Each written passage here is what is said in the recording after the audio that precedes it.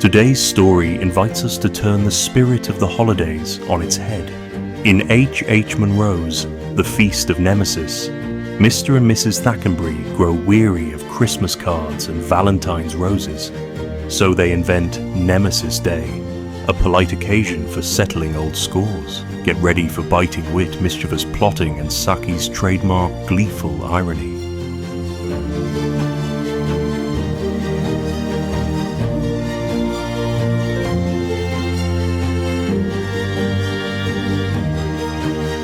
"It's a good thing that St. Valentine's Day has dropped out of vogue," said Mrs. Thackenbury. "What with Christmas and New Year and Easter, not to speak of birthdays, there are quite enough remembrance days as it is.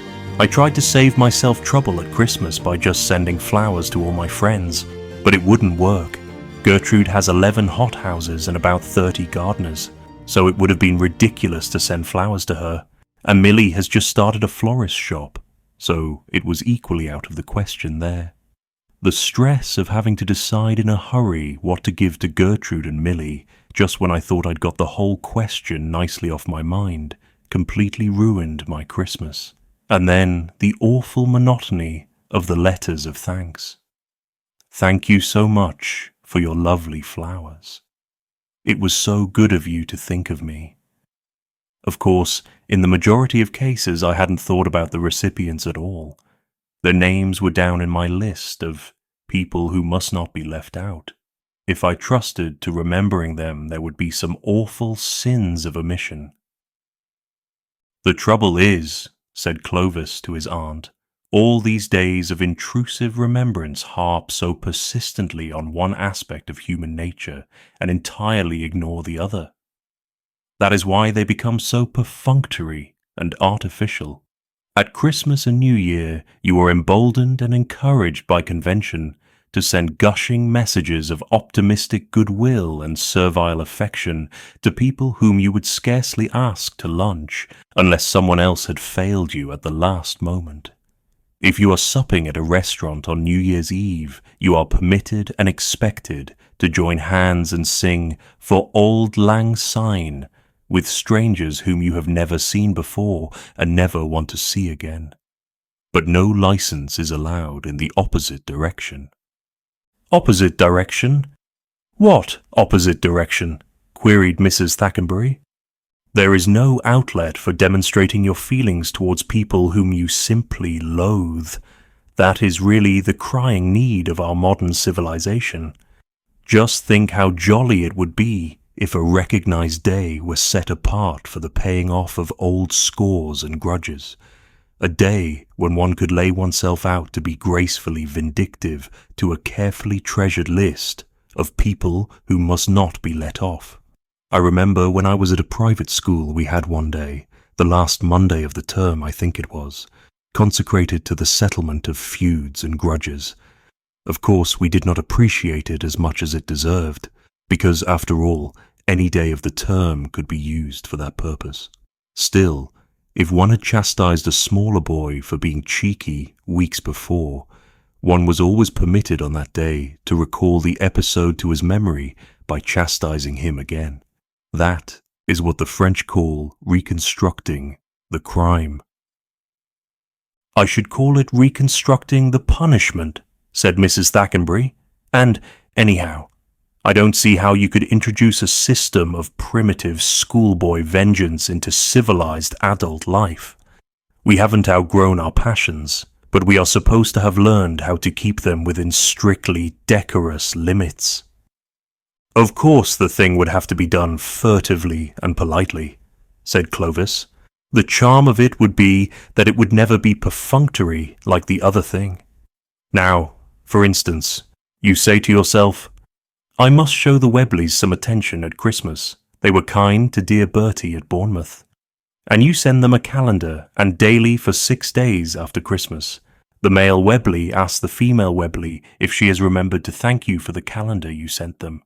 Well, transplant that idea to the other and more human side of your nature and say to yourself, next Thursday is Nemesis Day. What on earth can I do to those odious people next door who made such an absurd fuss when Ping Yang bit their youngest child? Then you'd get up awfully early on the allotted day and climb over into their garden and dig for truffles on their tennis court with a good gardening fork, choosing, of course, that part of the court that was screened from observation by the laurel bushes. You wouldn't find any truffles, but you would find a great peace, such as no amount of present-giving could ever bestow. I shouldn't, said Mrs. Thackenbury, though her air of protest sounded a bit forced. I should feel rather a worm for doing such a thing. You exaggerate the power of upheaval which a worm would be able to bring into play in the limited time available, said Clovis. If you put in a strenuous 10 minutes with a really useful fork, the result ought to suggest the operations of an unusually masterful mole or a badger in a hurry. They might guess I had done it, said Mrs. Thackenbury. Of course they would, said Clovis. That would be half the satisfaction of the thing, just as you like people at Christmas to know what presents or cards you've sent them. The thing would be much easier to manage, of course, when you were on outwardly friendly terms with the object of your dislike. That greedy little Agnes Blake, for instance, who thinks of nothing but her food, it would be quite simple to ask her to a picnic in some wild woodland spot and lose her just before lunch was served. When you found her again, every morsel of food could have been eaten up. It would require no ordinary human strategy to lose Agnes Blake when luncheon was imminent. In fact, I don't believe it could be done. Then have all the other guests, people whom you dislike, and lose the luncheon.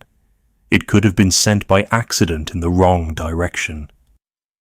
It would be a ghastly picnic, said Mrs. Thackenbury. For them, but not for you, said Clovis.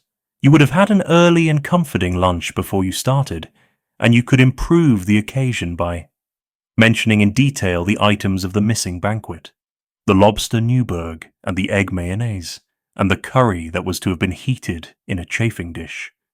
Agnes Blake would be delirious long before you got to the list of wines, and in the long interval of waiting, before they had quite abandoned hope of the lunch turning up, you could induce them to play silly games, such as that idiotic one of the Lord Mayor's dinner party, in which everyone has to choose the name of a dish and do something futile when it is called out. In this case, they would probably burst into tears when their dish is mentioned. It would be a heavenly picnic. Mrs. Thackenbury was silent for a moment. She was probably making a mental list of the people she would like to invite to the Duke Humphrey picnic. Presently she asked, and that odious young man, Waldo Plubley, who is always coddling himself, have you thought of anything that one could do to him? Evidently she was beginning to see the possibilities of Nemesis Day. If there was anything like a general observance of the festival, said Clovis, Waldo would be in such demand that you would have to bespeak him weeks beforehand. And even then, if there were an east wind blowing or a cloud or two in the sky, he might be too careful of his precious self to come out. It would be rather jolly if you could lure him into a hammock in the orchard, just near the spot where there is a wasp's nest every summer. A comfortable hammock on a warm afternoon would appeal to his indolent tastes.